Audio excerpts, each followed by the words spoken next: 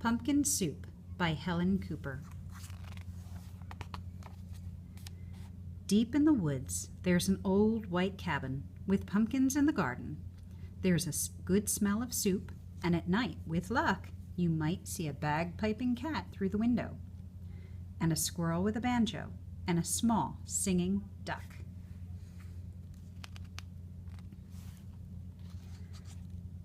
Pumpkin soup, the best you ever tasted, made by the cat who slices up the pumpkin, made by the squirrel who stirs in the water, made by the duck who scoops up a pipkin of salt and tips in just enough.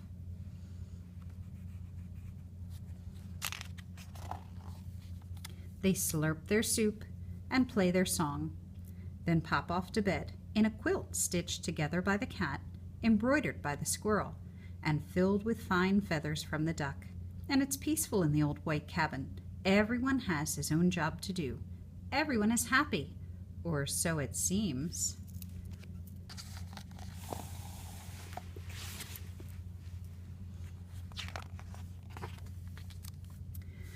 But one morning, the duck woke up early. He tiptoed into the kitchen and smiled at the squirrel's special spoon. "Wouldn't it be fine," he murmured, "if I could be the head cook?" He drew up a stool, hopped on top, and reached until his beak just touched the tip of the spoon. Ker-plunk, down it clattered. Then the duck trotted back to the bedroom, held up the spoon, and said, "Today it's my turn to stir the soup." "That's mine," squeaked the squirrel. "Stirring is my job. Give that back." "You're much too small," snapped the cat. "We'll cook the way we always have." But the duck held on tight until the squirrel tugged with all his might, and whoops, the spoon spun through the air and bopped the cat on the head.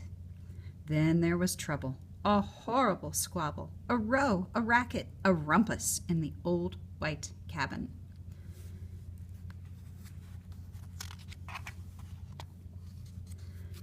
"I'm not staying here," wailed the duck. "You never let me help with anything." And he packed up a wheelbarrow, put on his hat, and waddled away. "You'll be back," stormed the cat, "after we've cleaned up." And the squirrel shook his spoon in the air, but the duck didn't come back. Not for breakfast, not even for lunch. "I'll find him," scoffed the cat. "He'll be hiding outside." "I bet he's in the pumpkin patch." But the duck was not in the pumpkin patch. They could not find him anywhere. So they waited all that long afternoon. The cat watched the door. The squirrel paced the floor. "That duck will be sorry when he comes home," they muttered. But the duck didn't come home, not even at soup time. The soup wasn't tasty. They'd made it too salty. They didn't feel hungry anyway. They both sobbed over supper, and their tears dripped into the soup and made it even saltier. "We should have let him stir the soup," sniffled the squirrel. "He was only trying to help," wept the cat. "Let's go out and look for him." The cat and the squirrel were scared as they wandered down the path in the dark, dark woods. They feared for the duck, all alone with the trees, and the foxes, and the wolves, and the witches, and the bears. But they couldn't find him.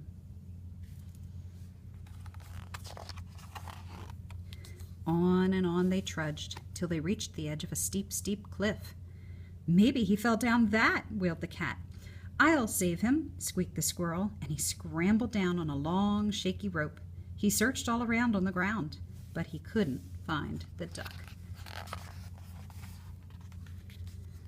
Then the cat whispered in a sad little voice, "Duck might have found some better friends." "He might," sighed the squirrel, "friends who let him help." And the more they thought about it as they plodded back, the more they were sure they were right. But when they were almost home, they saw light shining from the old white cabin. "It's Duck!" they shrieked as they burst through the door. And the duck was so happy to see them. He was also very hungry, and though it was late, they thought they would all make some pumpkin soup. When the duck stirred, the cat and the squirrel didn't say a word. not even when the duck stirred the soup so fast that it slopped right out of the pot, not even when the pot got burnt. Then the duck showed the squirrel how to measure out the salt, and the soup was still the best you ever tasted. So once again it was peaceful in the old white cabin, until the duck said, "I think I'll play the bagpipes now."